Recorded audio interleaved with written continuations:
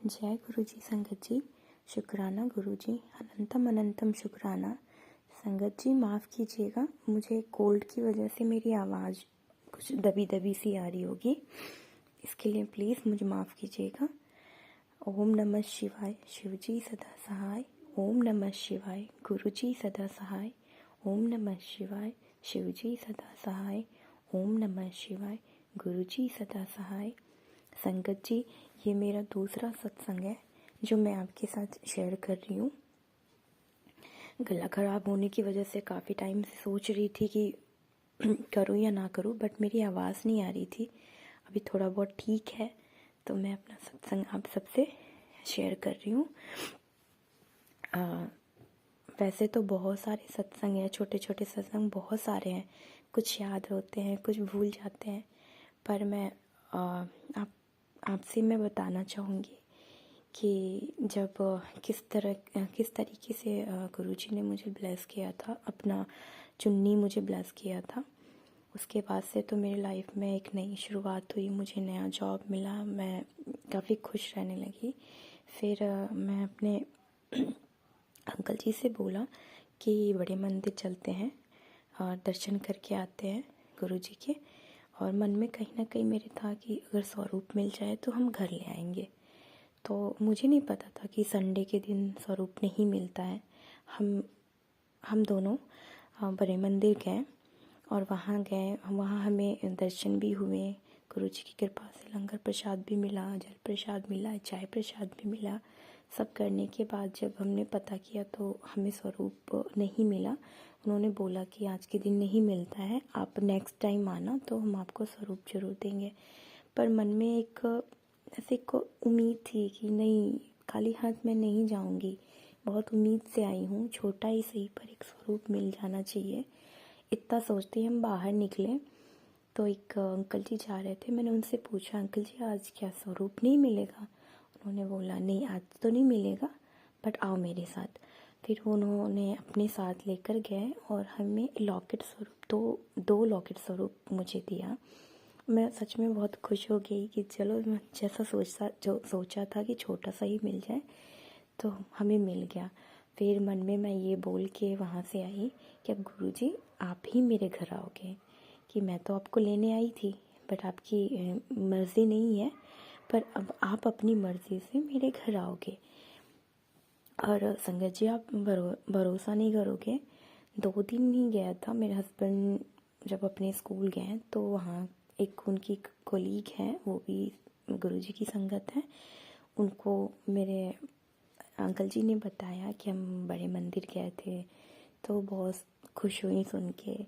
पर जैसे उनको पता चला कि हमें स्वरूप नहीं मिला, उन्होंने बोला कि अरे मेरे पास है ना, मैं देती हूँ। उन्होंने कि बड़े मंदिर का ही स्वरूप है, ब्लेस्ड है, तो आप ले जाओ। और उन्होंने उसके अगले दिन ही मेरे अंकल जी को स्वरूप दे दिया। मैं बहुत खुश हुई हूँ। वो लेकर घर आए बट वो फ्रेम नहीं था। फिर मैंने उनको बोला कि आप फ्रेम करा के ले आओ। फिर उन्होंने फ्रेम करा के ले आए। उसके बाद मैंने अपने मंदिर में रखा। और मुझे नहीं पता था कि कड़ा प्रसाद बनाकर चढ़ाते हैं गुरुजी को, मुझे सच में कुछ नहीं पता था। मुझे जो श्रद्धा लगी बस ये सुनी थी कि चाय प्रसाद देते हैं। तो जैसे मैंने मंदिर में स्थापित किया गुरुजी को, तो मैंने सबसे पहले चाय प्रसाद बनाकर उनको दिया था। फिर कुछ दिन के बाद मेरी एक फ्रेंड आंटी जी हैं, उन्होंने मुझे बोला कि नहीं आप पहले गुरुजी को कड़ा प्रसाद बनाकर चढ़ाओ। फिर मैंने उसी दिन कड़ा प्रसाद चढ़ाया। और आप मानोगे नहीं, जब दूसरी बार मैंने कड़ा प्रसाद चढ़ाया तो मुझे ओम के दर्शन हुए। मैंने अपने अंकल जी को भी दिखाया, उन्होंने भी बोला हाँ ये तो बहुत अच्छे से ओम बना हुआ है। और गुरुजी ये तो मेरा दूसरा सत्संग वैसे था, छोटे छोटे बहुत सारे हैं। ऐसे ही एक और सत्संग है कि मेरे जिस स्कूल में मैं पढ़ाती हूँ वहाँ पे जैसे कि हर साल आते हैं ऑब्जॉर्वर आते हैं देखने के लिए कि आपका पढ़ाने का तरीका क्या है क्या नहीं है। तो मैं तो नहीं थी, मुझे ना अंदर से बहुत डर लग रहा था और मैं ना अंदर ही अंदर विश करके, वैसे तो कॉन्फिडेंस थी, मेरे सारे काम पूरे थे, पर फिर भी एक डर था कि कहीं कोई कमी ना निकल जाए, नया जॉब है, एक होता है ना मन में डर। तो ये सोच के मैंने गुरुजी को बोला, गुरुजी या तो वो आए ही ना, या तो मतलब आए तो मेरा बहुत अच्छा हो।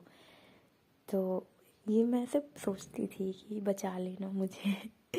लेकिन बीच में क्या हुआ ना, बीच में हमारे स्कूल में कुछ फंक्शन थे, तो दूसरे स्कूल के बच्चे आने को थे। तो उस टाइम पे हमारे स्कूल के बच्चों को मना कर दिया गया था। तो फ्राइडे को एक्चुअली मेरे फादर इन लॉस की तबीयत नहीं ठीक थी, तो लोगों को लेकर जाना था डॉक्टर के पास, तो मैंने ऑफ ले लिया था। एक्चुअली मेरे अंकल जी भी टीचर हैं, टीचिंग लाइन में ही हैं। तो मैंने बोला चलो कोई नहीं, मैं ले लेती हूँ, और वैसे भी मुझे लेना था एक ऑफ। तो क्योंकि मेरी भी तबीयत ठीक नहीं थी और मुझे थोड़ा सा वैसे था कि थोड़ा सा रेस्ट मिल जाए, लगातार भागा दौड़ी रहता है लाइफ में। तो ये सोच के मैंने उस दिन ऑफ़ कर लिया, फ्राइडे का दिन था।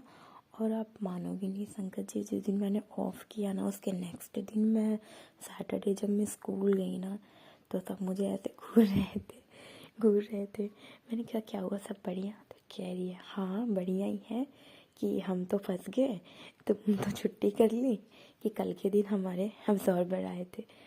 और मैं सुनी तो मैं ना सबसे पहले शुक्राना किया कि गुरुजी बहुत बहुत शुक्राना कि आपने मुझे बचा लिया। एक्चुअली मतलब एक डर ऐसा नहीं था कि मैं नहीं कर पाऊँगी, बट एक डर वैसे था कि कोई कमी ना निकल जाए। होता ना, आदमी याद रहता है, सब कुछ रहता है, लेकिन घबरा जाता है किसी के सामने, तो वो वाली गलती मैं नहीं चाहती थी। तो मैंने गुरुजी को बहुत शुक्राना किया। संगत जी उस दिन मुझे गुरुजी ने बचा लिया कि चल तू आराम कर, आज के आज निपटा देती हूँ, ये सोच के। फिर संगत जी ऐसे ही मेरी छोटी सिस्टर है, उसकी शादी हुई। तो वैसे तो बहुत प्रॉब्लम हुई इसकी शादी में, जल्दी रिश्ता नहीं मिलता था, पर एट द टाइम उसको रिश्ता मिला, अच्छा मिला। बट कहते ना, लड़की जब शादी के बाद अपने ससुराल जाती है तभी पता चलता है कि कैसा है कैसा नहीं है, नेचर कैसा है। मतलब असलियत अगर सोचा जाए तो शादी के बाद ही पता चलती है। तो जब वो ससुराल गई तो 1 मंथ तक ठीक था। फिर उसके बाद जब भी वो बात करती थी बड़ी खटी खटी सी रहती थी, खुश नहीं लगती थी, उसकी आवाज़ से मुझे खुशी नहीं मिलती थी। तो मैं पूछती भी थी तो पहले तो मना करती थी, फिर बाद में वो जब उसको बर्दाश्त से बाहर हुआ तो बताना शुरू की। तो मैं संगत जी, मैं ज़्यादा पर्सनल नहीं जाऊँगी, क्योंकि गुरुजी भी कहते हैं किसी की निंदा मत करो। तो मैं निंदा नहीं कर रही हूँ, मैं एक प्रॉब्लम बता रही हूँ कि बहुत मैं डिटेल नहीं जाऊँगी। बस इतना कहूँगी कि हाँ, बस उसके फैमिली में कुछ प्रॉब्लम थी। एक तरह से वैसा था कि जो मान सम्मान रिस्पेक्ट मिलनी चाहिए हस्बैंड से, फैमिली से, या जो एक समझना चाहिए एक इंसान को, वो चीज़ उसे नहीं मिल रहा था। और वो कहीं ना कहीं मेंटली बहुत परेशान हो रही थी। तो मैंने अपने गुरुजी से यही बोला कि गुरुजी, आप तो सबकी सुनते हो, मुझे कुछ नहीं चाहिए, बस मेरी बहन के मैरिड लाइफ में जो भी प्रॉब्लम है वो सॉल्व हो जाए, वो आप उसको सॉल्व कर दो, जो भी मिसअंडरस्टैंडिंग है उनके बीच में सब कुछ ठीक कर दो। कि मेरी बहन बहुत अच्छी है, कभी किसी के लिए बुरा नहीं चाहा उसने। तो आप मानोगे नहीं, मैंने बोला और हफ्ता दिन भी नहीं गया होगा, 1 हफ्ते से मेरी बहन से बात भी नहीं हुई। ये सोच के नहीं करती थी क्या बात करूँ, डेली डेली वो देख होता है ना कि बात करो फिर वही सारी चीज़ें रिपीट होंगी, उसके मन को दुख होगा। तो मैं ना थोड़ा सा अवॉइड करती थी कि ठीक है ना, अपनी परिस्थिति अपनी चीज़ों को इंसान हैंडल करे। तुम बर्दाश्त करो, नहीं कर पाओगे तो फिर ठीक है, मूव ऑन करो वहाँ से। तो ये सोच के मैंने उसको एडवाइस दिया था कि बेटा ठीक है, तेरे को जितना तू बर्दाश्त कर सकती है कर ले, अगर ऐसा नहीं है तो फिर हम मम्मी पापा से बात करेंगे, तो वहाँ से हट जाना। तो यही सोचे थे, पर कहीं ना कहीं था कि नहीं, मतलब उसकी मैरिड लाइफ है, ठीक है, सब ठीक हो जाए तो सब बढ़िया है। तो गुरुजी ने सुना, मेरी अरदास बहुत जल्दी सुन ली, और 1 हफ्ता भी नहीं हुआ फिर जब मेरी बात हुई तो उसने बोला कि कि पता है जो भी प्रॉब्लम थी कि उसकी छोटी ननद की वजह से थी। उन्होंने मतलब उसके खिलाफ सबको भड़का रखा था। बाद में सारी असलियत सबके सामने एकाएक आई और सडनली मतलब सब कुछ इतना बढ़िया हो गया, इतना अच्छा हो गया कि मतलब वो इतनी हैप्पी, इतनी खुश कि मतलब वो मतलब खुश होके बात करती थी कि नहीं नहीं अब सब ठीक है, सब बढ़िया है, सबका जो भी मन में जिसके कड़वाहट थी, मिसअंडरस्टैंडिंग थी, सब कुछ दूर हो गया। मैं सच में दिल से मैं गुरुजी का शुक्राना करती हूँ कि मेरी बहन की शादीशुदा लाइफ उन्होंने बचा ली है। शुक्राना गुरुजी, अनंतम अनंतम शुक्राना। जिस तरह से आप मेरा साथ देते हो, सभी संगत लोग का साथ देते हो, सभी का साथ देना गुरुजी। जिसको आपकी ज़रूरत हो उन सबका साथ दीजिएगा प्लीज़ गुरुजी, सबका साथ दीजिएगा। संगत जी मेरी आवाज़ नहीं आ पा रही है, सत्संग बहुत है पर काफ़ी लंबा ना हो इसलिए मैं थोड़ा सा इस पे विराम देना चाहूँगी और बहुत जल्द मैं अपना तीसरा सत्संग ज़रूर आपके सामने शेयर करूँगी। तो आज के लिए बस इतना ही। जय गुरुजी, शुक्राना गुरुजी, अनंतम अनंतम शुक्राना गुरुजी। ओम नमः शिवाय, शिवजी सदा सहाय। ओम नमः शिवाय, गुरुजी सदा सहाय। ओम नमः शिवाय, शिवजी सदा सहाय। ओम नमः शिवाय, गुरुजी सदा सहाय। जय गुरुजी, शुक्राना गुरुजी। संगत जी अगर बोलने में मुझसे कुछ गलती हो गई हो तो कृपया क्षमा कीजिएगा, अपनी बच्ची समझ के क्षमा कर दीजिएगा। मैं नई संगत हूँ, बहुत ज़्यादा नॉलेज नहीं है मुझे, तो प्लीज़ मुझे माफ़ कीजिएगा। जय गुरुजी।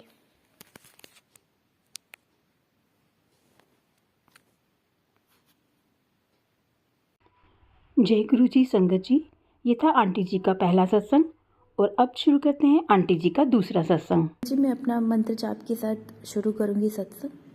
ओम नमः शिवाय, शिव जी सदा सहाय। ओम नमः शिवाय, गुरु जी सदा सहाय। ओम नमः शिवाय, शिव जी सदा सहाय। ओम नमः शिवाय, गुरु जी सदा सहाय। संगत जी आप सभी को जय गुरु जी। गुरु जी की कृपा से मैं ये तीसरा संगत सुनाने जा रही हूँ।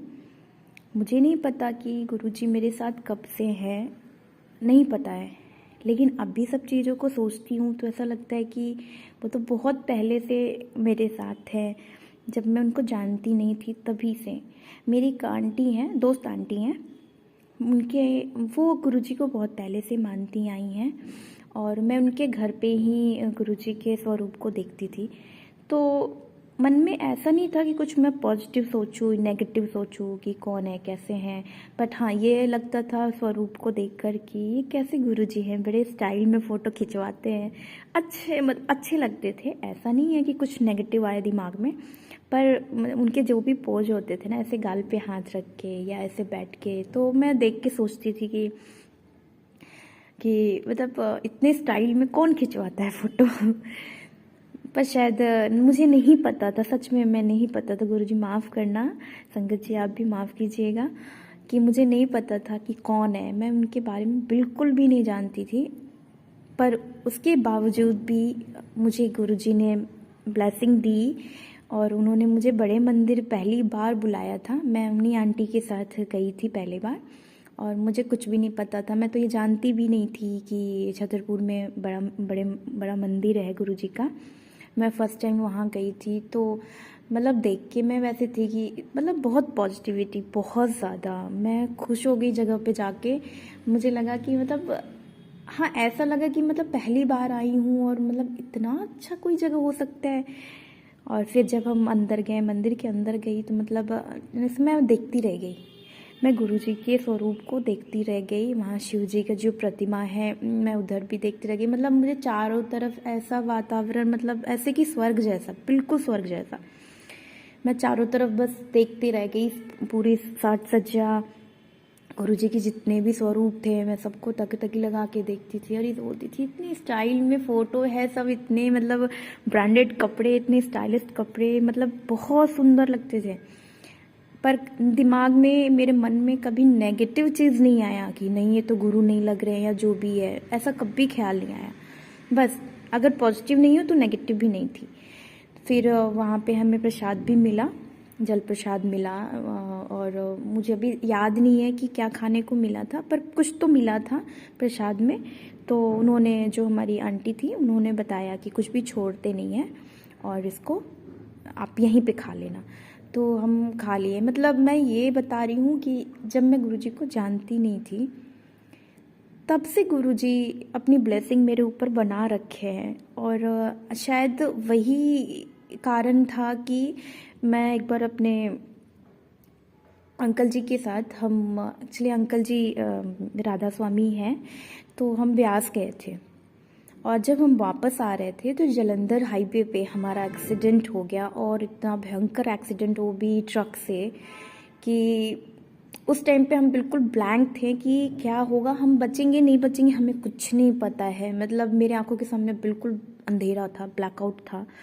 और गाड़ी हमारी बिल्कुल टर्न हो गई थी, क्योंकि 100 की स्पीड पे ट्रक ने मारा। एक्चुअली क्या हुआ था हमें नहीं पता, हमारी गाड़ी बिल्कुल राइट चली गई और उधर से ट्रक आ रहा था, ट्रक ने टक्कर मारी। फिर हमारी गाड़ी जब टर्न हुई, दोबारा से टक्कर लगा, दो बार ट्रक से टक्कर लगा। उसके बाद भी ऐसा लगा कि मतलब हमें किसी ने प्रोटेक्ट कर रखा है और हमें कुछ नहीं पता। मैं बिल्कुल ब्लैक आउट थी, कुछ नहीं मेरी आंखों के सामने दिख रहा है। और जब आंख खोली तो हम सब बिल्कुल ठीक थे, एक खरोच नहीं आई थी। मेरे अंकल जी की तरफ का शीशा पूरा टूट के अंदर गिरा था, बट आप संगत जी, आप यकीन करो, एक शीशा भी मेरे अंकल जी को टच नहीं किया था। और सब लोग वहाँ पे आके यही देखने लगे कि इसमें कोई बचा भी है, क्योंकि गाड़ी की हालत बिल्कुल ख़राब हो चुकी थी। फिर हम वहाँ से, मैं तो हंसते हुए बाहर निकली, और वहाँ पे जो बाकी लोग थे वो पूछ भी रहे थे, बेटा पानी पियोगे? मैंने कहा नहीं, मैं ठीक हूँ, मेरे पास पानी है। मैंने कहा मैं बिल्कुल ठीक हूँ। मेरा पीछे बेटा बैठा था, वो निकलते कह रहा है पापा बिल्कुल वीडियो गेम की तरह गाड़ी चलाते हैं, ऐसा लग रहा था वीडियो गेम खेल रहे हैं। मतलब हम सब ऐसे हंस रहे थे। तो कहीं ना कहीं मुझे लगता है कि जो गुरुजी को पता था कि कुछ ना कुछ तो होने वाला है, उसके पहले से उन्होंने अपनी ब्लेसिंग मेरे ऊपर बना रखी थी। और मुझे अब पक्का यकीन है कि हमारे गुरुजी ने ही हमें बचाया, कि उनके सिवा और एक चमत्कार कोई कर ही नहीं सकता है। पहले मुझे नहीं पता था, क्योंकि मैं कनेक्ट नहीं थी गुरुजी से, पर अब चीज़ों को देखती हूँ तो मुझे पता है कि मैं उनको नहीं जानती, पर वो अपने बच्चों के साथ हमेशा रहते हैं। क्योंकि माँ बाप अपने बच्चों को नहीं भूल सकते हैं, चाहे वो जहाँ भी भटक ले, चाहे कहीं भी चले जाए, जहाँ भी रह ले, माँ बाप अपने बच्चों को नहीं भूलते हैं। तो गुरुजी भी मुझे नहीं भूले हैं, अपनी संगत से मुझे चुन के निकाले हैं। और मेरे पास मैसेज भी आया था कि लाखों की संगत से तुझे मैंने चुनकर अपना संगत बनाया है। तो मैं बहुत खुश हूँ, बहुत ब्लेस्ड हूँ कि गुरुजी मेरे साथ हैं, और उन्होंने मुझे बहुत तरीके से ब्लेस किया है, बहुत कृपा बरसाई है। बस मैं यही कहूँगी, अंग संग रहना गुरुजी, मेरे अंग संग रहना, क्योंकि मैं और किसी पर भरोसा नहीं कर सकती हूँ सिवाय आपके। ऐसे ही संगत जी एक और सत्संग में बताऊँगी, सॉरी, कि मेरे साथ हमारी कोलीग हैं, तो मेरे से उम्र उनकी काफ़ी है। एक्चुअली वो परेशान थी अपने बेटे और पति के वजह से। उनके हस्बैंड बहुत ज़्यादा उनकी बातों को ध्यान नहीं देते, और बेटे की भी शादी की उम्र हो गई थी, बट वो कभी राज़ी नहीं होते थे शादी करने के लिए। और माँ के लिए बहुत बड़ी बात हो जाती है, बहुत चिंता की बात हो जाती है ना, कि अगर औलाद तैयार ना हो शादी के लिए, उम्र निकलती जा रही है। क्योंकि हर माँ का अरमान होता है कि बेटे की शादी करे, अच्छी बहू लाए, या बेटी की शादी करे, अच्छा ससुराल मिले। तो वो हमेशा परेशान रहती थी। और मैं मेरा नया ना था, तो बहुत ज़्यादा वो मतलब मुझसे नहीं खुले हुए थे। फिर भी मैं उनको बोलती थी कि कोई नहीं, कि आप ना गुरुजी पे भरोसा रखो, वो सब ठीक कर देंगे। तो कह रहे हैं कि पता नहीं, उन्होंने बोला कि पता नहीं, मुझे ना भरोसा नहीं होता है। मैंने कहा कोई बात नहीं, गुरुजी मेरी सुनते हैं, मैं उनको बोल दूँगी। और संगत जी, मैंने गुरुजी से अरदास की कि उनके लाइफ में जो भी प्रॉब्लम है आप ठीक कर दो। और मुझे नहीं पता कि गुरुजी इतने जल्दी सुन लेंगे। और अगले महीने में वो मिठाई लेकर स्कूल आई और बोली कि चलो सब मीठा मुँह करो कि मेरे बेटे की इंगेजमेंट हो गई है, उसे लड़की पसंद आ गई। इंगेजमेंट तय हो गई है, लड़की पसंद आ गई और इस डेट को इंगेजमेंट है। और वो सच में बहुत खुश होने लगी। फिर मैंने उनको बोला कि आप खुश रहा करो। मेरे गुरुजी बोलते हैं कि हमेशा पुत्र खुश रहा कर, तो आप भी खुश रहा करो, अपने आप सारे काम हो जाएंगे। तब से वो भी थोड़ा बहुत मानने लगी हैं। मुझसे कई बार बोल चुकी है कि तू बड़े मंदिर जाएगी तो मुझे भी लेके चलना, बट वो उनको टाइम नहीं मिल पाता। मैंने कई बार उनको ऑफ़र किया पर वो नहीं जा पाते हैं, उनके घर में काफ़ी काम है, कभी बिज़ी रह जाते हैं, तो उन्होंने मना कर चुकी हैं 2 बार। फिर भी मैं कहती हूँ कोई बात नहीं, जब आपका टाइम आएगा आप ज़रूर चलोगे, मैं ही लेके जाऊँगी। गुरुजी हम दोनों को बुलाएंगे। दूसरा है कि मेरे ही स्कूल में एक और कोलीग है, मैं नाम नहीं लेना चाहूँगी उन लोगों का। एक और कोलीग है, उन्होंने वो अपने फैमिली से काफ़ी परेशान है, मतलब ससुराल की फैमिली से, और फिर उनकी दूसरी शादी है, तो वो थोड़ा सा हस्बैंड, उनके जो पहले बच्चे ना, उनसे थोड़ा सा प्रॉब्लम, कुछ इशू था। वो जब भी आते थे स्कूल में उनका मुंह मतलब उनका शक्ल देखो तो उदास उदास सा रहता था, और पूछने पे वो जल्दी खुल के कुछ बताती नहीं थी। एक दिन मैंने पूछा कि सब ठीक है ना, आप ठीक हो? तो उनकी आंखों से आंसू आ गए। फिर उन्होंने खुल के सारी बातें बताई मुझे। फिर मैंने बोला कि आप एक काम करोगे, आप मेरे गुरुजी से अरदास करोगे? तो कह रही है कि मेरे पास उनका स्वरूप है, लॉकेट स्वरूप है, किसी ने दिया था मुझे बहुत पहले। तो मैंने कहा जब है और गुरुजी आपके पास हैं तो फिर भरोसा रखो ना, उनसे एक बार बोल के तो देखो अपनी मन की बात। तो शायद मैंने बोला बोलो, आप उनको अपनी मन की बात बोलो, फिर देखो वो कैसे ठीक कर देते हैं सब कुछ। और मुझे नहीं पता वो मेरे बात पे या क्या हुआ क्या नहीं। 2 दिन 3 दिन के बाद हमारे बीच में स्कूल बंद था, जब वो आई तो मैंने पूछा तो वो काफ़ी खुश खुश दिख रही थी। मैंने कहा क्या हुआ? कह रही नहीं, मैंने अपने हस्बैंड से बात की और भगवान जी से भी बोला, तो सब ठीक हो गया है, कि अब मतलब कोई प्रॉब्लम नहीं है, कि हमारे भी सब ठीक है, और जो भी इश्यूज़ थे मतलब वो सॉर्ट आउट हो गए।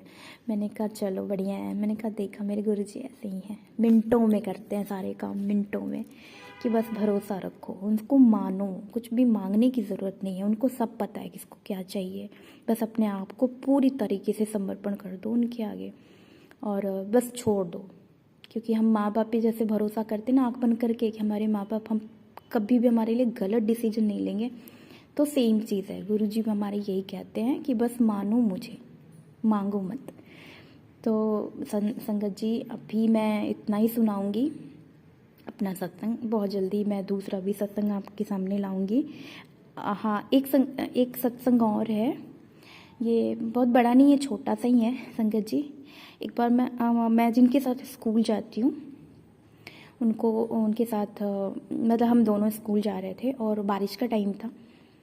उनके पास रेनकोट था और मैं लाना भूल गई थी। मुझे था कि आज बारिश का वैसे मौसम नहीं लग रहा है तो नहीं होगा बारिश, लेकिन हुआ क्या ना, जैसे हम घर से निकले तो अचानक से मौसम ख़राब हो गया और बारिश शुरू हो गई। बट हमारे स्कूल इतना दूर है कि मैं मतलब पूरी भीग जाती हूँ, और बारिश अच्छी खासी थी।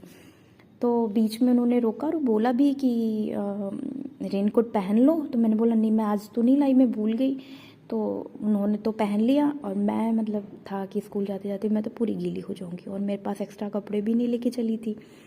फिर थोड़ी देर जैसे बारिश तेज़ का मुझे लगा कि तेज़ हो जाएगी, फिर मैंने गुरुजी से बोला गुरुजी बस स्कूल तक बारिश कम कर दो कम कर दो या बंद कर दो, कि मैं बस भीगूँ नहीं, क्योंकि ठंड लग जाएगी फिर। और 2 सेकंड बोल के मैं 2-3 सेकंड ही रुकी थी। आगे जैसे हम आगे निकले उसके बाद से बारिश कम होने लगी, कम होके बंद हो गई, और मैं आराम से अपने स्कूल पहुंची। मतलब बस हल्का फुल्का भीगे थे, इतना नहीं भीगे थे कि मतलब कपड़े बदलने की ज़रूरत पड़े। उन्होंने मतलब मेरे बोलने के साथ ही जैसे मैंने अरदास की और थोड़ी ही देर बाद बारिश बंद हो गई बाद में, और काफ़ी देर तक बंद रही। तो ऐसे ही हमारे गुरुजी हमारी छोटी छोटी ज़रूरतों को, हमारी छोटी छोटी चीज़ों को तुरंत पूरा कर देते हैं, और हमें हमेशा मैसेज आता है कि तू तो मेरी बच्ची है, तू रोया मत कर, तू रोती है तो मैं भी दुखी हो जाता हूँ, तू खुश रहा कर। तो मैंने तो अपना सब पूरा लाइफ मैंने अपने गुरुजी पे छोड़ दिया है। वो मेरे लिए जो सोचेंगे बहुत अच्छा सोचेंगे, और मैं ना खुश रहने लगी हूँ बस। अब ऐसा लगता है कि लाइफ ना इतना इजी है कि हम खामोखा हर चीज़ को लेकर टेंशन में बैठ जाते हैं। जब हमारे साथ स्वयं शिव जी हैं, साक्षात शिव जी हैं, फिर हमें टेंशन लेने की ज़रूरत ही नहीं है, बिल्कुल ज़रूरत नहीं है। क्या होगा, कैसे होगा, कब होगा, हमें कुछ भी सोचने की ज़रूरत नहीं है संगत जी, सब हमारे गुरु जी देख लेंगे। जय गुरु जी, शुक्राना गुरु जी, अनंतम अनंतम शुक्राना गुरु जी। अपना आशीर्वाद सभी संगत पे बनाए रखिएगा, हमेशा अंग संग रहना मेरे गुरु जी। कोई गलती हो जाए तो माफ़ करना, अपनी बच्ची समझ के माफ़ कर दीजिएगा।